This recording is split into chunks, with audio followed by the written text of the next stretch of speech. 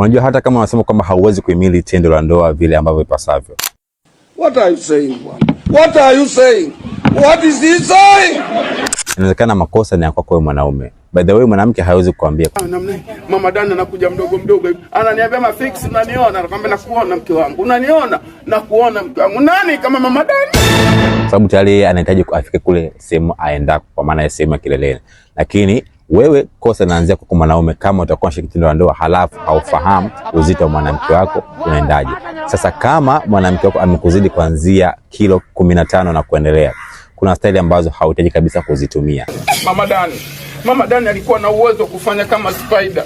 Mama Dani anakuja mdogo mdogo mpaka najiuliza. Alikuwa na mtindo wa kufanya. Sababu zitakuchosha na hautofika kule ambako unatarajia kufika. Unataka kupanuliwa.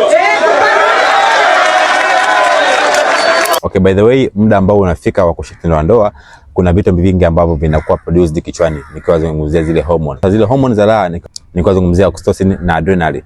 Zile hormone zinapopanda ndipo unapopata mwamko wa kufanya jambo fulani kwa furaha. Sasa kama mwanaume utakuwa umezingatia hormone peke yake na kutokujali afya yako, hapo ndipo unakwenda kupoteza pointi zote.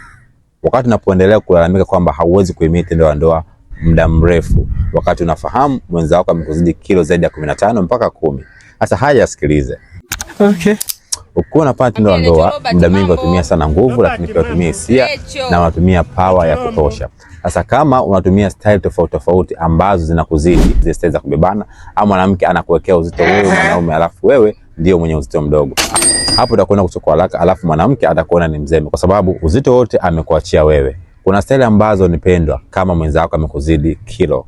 Style ya kwanza ambayo unaweza kwenda kutumia kufanya tendo la ndoa kwa mwanamke ambaye amekuzidi kilo, ya kwanza ni side to side. Mwanamke anaweza kulala upande na mwanaume pia hapa atakwenda kulala upande. Hapo hapatakuwa na gravity yote ambayo itaelekea kwa mwanaume moja kwa moja, kama hatobadilisha style kwenda kupelekea gravity ikazidi kwa mwanaume.